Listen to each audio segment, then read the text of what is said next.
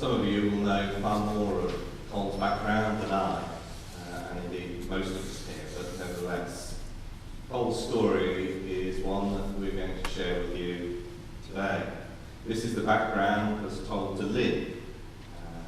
Lynn and Julian, who did so much to care for him in his last weeks. Cole's parents were divorced, and his father left his mother before Cole was born. As a result, Cole and his mother lived at Bondi Junction with his maternal grandparents while Cole was a child. He talked to his mother, who, although she was Catholic, did not go to church much. Cole was a very sick child with asthma from about the age of 4. Cole's mother used to have to take him across to St. Vincent's Hospital. Tragedy also struck the 4-year-old Cole when his brother, affectionately known as Ronnie, died at age 7 when he was hit by a truck in front of Cole. Cole attended the Christian Brothers Primary School at Bondi, but missed a lot of school as a child because of severe asthma, for which he was often hospitalised. At Randwick High School, however, he did enjoy science and English. Cole left school at 16 and got a job as a telegram delivery person. He then worked in carpet laying, but pulling up the old carpets affected his asthma badly, so he had to leave that. Cole's grandparents died, his grandmother first and then his grandfather, from gastric cancer. Cole's 18th year was a significant one in many ways. He was hit by a car whilst riding his bike. Cole experienced several motor vehicle accidents during his life. Also, when Cole was 18, his mother remarried. Brian Brooke, her new husband, was a teacher with 2 grown-up children. Cole moved with his mother into Brian's home at Eastwood. Cole had mental health problems. He was at his friend's place when he heard voices which frightened him. Another time he was at his girlfriend's place in Coogee. Her uncle was a police detective and realised that something was wrong at the time. He took Cole to Prince Henry Hospital, where Cole was admitted for 2 weeks. He remembers it being quite nice there, and he was treated well. He worked as a taxi driver for about 10 years and used to travel from Eastwood to Paddington to work. He worked for most companies, Taxi Combine, RSL, and Legion Cabs. In talking to Lynn, it sounded like some of the vehicles were occasionally less than ideal. In 1989, he worked for Parramatta Council for 18 months as a ganger on the roads, and here he injured his back. Cole then worked for the Water Board on sewage programs. There was much more to Cole than his work. There was music and drama, and indeed there was that in his family. Cole's grandfather, William, used to work in the mines, but then went on stage as a stand-up comedian and juggler. Cole remembers standing with his grandmother, Eddie, watching his 70-year-old grandfather in the backyard juggling tennis rackets.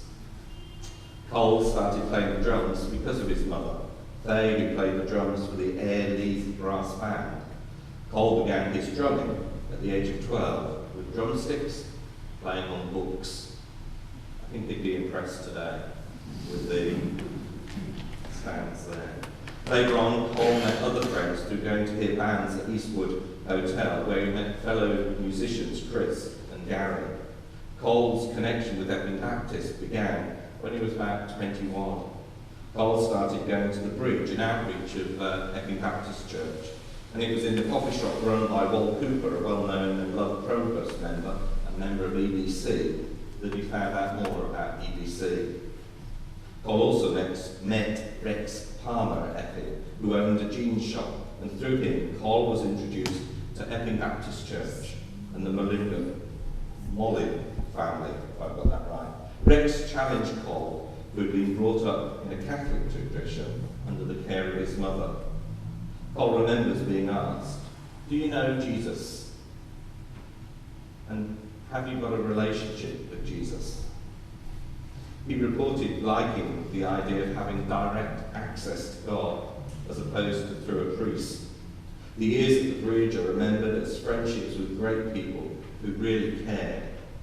Cole specifically remembers the Welling family, Ruth Brunscombe for her milkshakes, and Brian Burley. Cole began playing in the band at EBC in 1975 with Dave and Steve Cooper, and later with Shirley. One of Cole's early memories was of the cream Holden station wagon that he got in 1979, which he used to transport his drums to church for the next 2 years in. Bands were very much part of his life. As I visited, a number of folk came in and had brought magazines that I'd never heard of drummers and all these sorts of things. But he played in a number of bands. The Salvation Army Outreach Coffee Shop, playing with Danny and Ken, Pilgrim's Progress. Second Time Around Christian Band, Epping Baptist Church Band, Kashmir Christian Band with members of the Blue Cross Uniting Church, and the Broken Hipsters with Chris. It is indeed for his music, his drumming, and in particular, we shall remember Cole for his wonderful, gentle, strong, yet fragile Christian faith. We come today to remember and to give thanks. We come today to support one another as we give thanks for this life. We're going to hear a little more now of Cole from various folk. And the first is Ruth. Ruth is one of Cole's neighbours, and she's coming on behalf of the neighbours, and she's brought some flowers that they've brought together, and how well it fits with the other colours as well today. So if you want to pop them down there, that'd be great, and then come and have a few words here.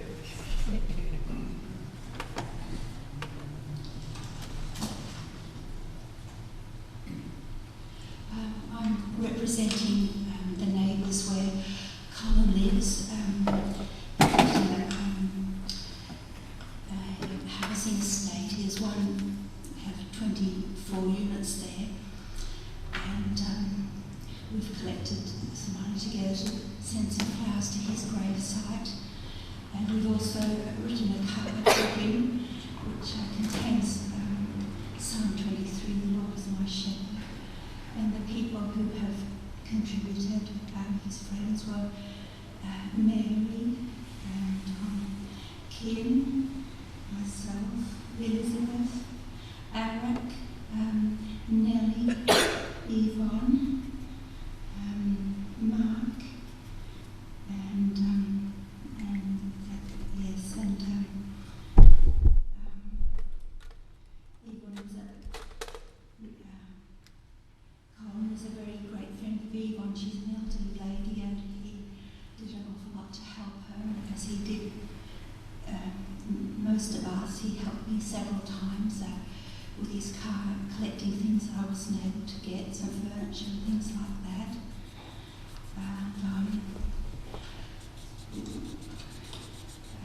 Colin was a very good neighbour.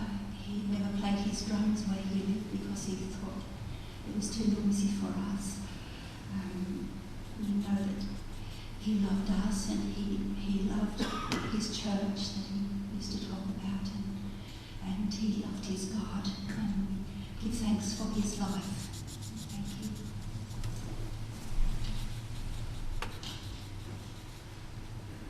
Thank you, Ruth, and please pass on our thanks to any of the neighbours of here, and indeed the rest of orders of service. Do take those, and they'll give a flavour of what happened today. We've got a couple of tributes or eulogies, and I'm going to invite Chris now to come and to speak.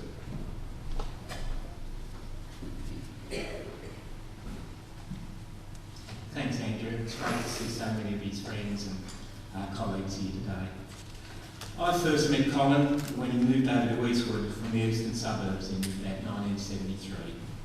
His mother, Faye, as Andrew said, married Mr. Brooke, a school teacher, and Colin and his mother moved into a house in Campbell Street, Eastwood. We met through mutual friends, and it was a friendship that would last nearly 40 years. Back in those days, Colin was rather skinny, with an inexhaustible amount of energy. Colin's first job was as a handyman at Ryde Hospital. He loved the job and he stayed several years and made friends there. He contributed to several Ryde Hospital ensembles, playing drums, and could always find the funny side of things and make his fellow workers laugh. This was followed by several jobs, as mentioned, including a taxi driver, carpet layer, in-store security guard, spruiker, which he loved, and a salesperson, as well as a panel operator at a service station. Unfortunately, as you know, his health started to deteriorate, and he had to go on sickness benefits and couldn't continue with paid employment. This meant he had little money to spend on the luxuries of life, but despite this, if he had some spare cash, he was always quick to help out friends if they needed any money. Colin had a love for music, as most of you know. He was a drummer even when I first met him, and as I've just learned that his mother played drums in a marching band when she was young. Every Saturday, Colin would make the trek to Billy Hyde's, a famous music shop, for drums, just to hang around and talk to other drummers. Over the last few years, he was also undertaking a certificate course in drumming, and I would often joke with him that he couldn't call himself a drummer, despite his decades of playing, until he graduated from the course. This would always get a belly laugh from him. He knew all the local drummers and many big names in the field as well. More importantly, they knew him. A versatile drummer, he could play any style from traditional jazz to heavy metal rock. He played in many bands over the years, as Andrew mentioned. More recently, the heavy-duty Machine Heads, a rock outfit playing original songs. And he just recorded a CD with it as well. He played with me in several bands, and there was nothing he would like more than sitting behind a drum kit. Indeed, several drum kits. Colin found it very difficult to upgrade his. Colin found it not difficult to upgrade his drum kit at any opportunity. He would get very excited when he bought a new cymbal or a new drum kit, and he often did. He was a rock drummer, and he loved the music of Jimmy Barnes and Cold Chisel, Rose Tattoo and Dragon. He would go out and see many bands during the 80s and 90s, and often knew the drummer and would ask to get up on stage and do a number with the band. Cole also loved the beach and surfing too. He grew up, as I said, near Bondi, and he continued his love of surfing, even as he grew older. In his teens and 20s, he used to travel up on surfing weekends up to Tea Gardens and Taree in search of waves with his group of mates. I remember one day specifically we were down at the beach together at Palm Beach, and Colin remarked this was the summer of '86, the sun was shining, being out to surf. He never forgot this and often reminded me of that day on a regular basis with the comment, as I remember the summer of '86. Colin had many hardships and tragedies during his life, but despite these, he managed to maintain his optimistic approach to life. He was unfortunate, as we said, to see his brother killed in a motor vehicle accident when he was young, and this left a strong impression on his young mind. Colin also had chronic asthma, which required ongoing medication, and he had to deal with several episodes of schizophrenia. Colin also had to cope with his mother being diagnosed with breast cancer, the chemotherapy she had to undergo, and a subsequent death. He loved his mum and was a lone support to her during this harrowing time. Following her death, he had to move out of his family home at Eastwood and was forced to seek public housing. What sustained him through many of these ordeals was his strong Christian beliefs. Born a Catholic and attending a Christian Brothers school, he already had a strong spiritual focus, even when I met him in his teens. He attended several churches and denominations until he eventually found a spiritual home here at Epping Baptist Church. He loved playing drums every Sunday, and he established an ever-increasing circle of friends and colleagues among his Christian friends here. But more important to him was his personal relationship with Jesus, and I know this gave him great solace at many times in his life, but none more so than during those last few weeks. Colin had a huge and diverse group of close friends and acquaintances. One only has to look around to see proof of that here today. The endless visits by friends to his bedside over those last few weeks also bear witness to this fact. To his credit, I never heard him speak poorly of a friend, indeed anyone in fact, and there was nothing he liked better than getting together with his friends and mates. Whenever we went out with Colin, it was unusual if he didn't meet someone he knew. Finally, as you know, Colin had a very quirky and a boundless sense of humour. Indeed, he was a character. Whether it was one of his phrases he would pick up on and repeat for several months, or his ability to see the humorous side to sometimes serious events, every time I went with Colin I always was assured of a really good belly laugh. I remember one time when during the Granny Smith Festival he was locked out of his house by his mum, who had gone shopping. In an effort to get inside, he asked my wife Louise to get up on his back and reach the spare key on the window ledge. No sooner had she reached up using his hands as a support to his back went, and he fell to the ground with acute pain. While he was spasming there on the ground, Louise tried to get up on an outside water faucet to reach the key, which subsequently snapped off, sending streams of water into the air, while Colin lay on the ground in pain, all still locked outside his house. Indeed, this image is comical, and Colin loved relating this incident to get a laugh out of anyone that listened. Colin's rapid decline in health was a shock to us all. Only 3 months ago he sat down at my place and ate a hearty meal with no indication of what was to happen.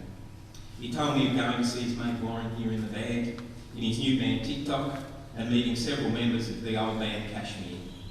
He remained very stoic during his hospitalisation, and I know he was very appreciative of everyone's well wishes and efforts to come and see him. Unfortunately, the seriousness and poor prognosis of his condition resulted in an untimely death that left everyone unprepared. Goodbye, Colin. Rest in peace. We miss you, mate.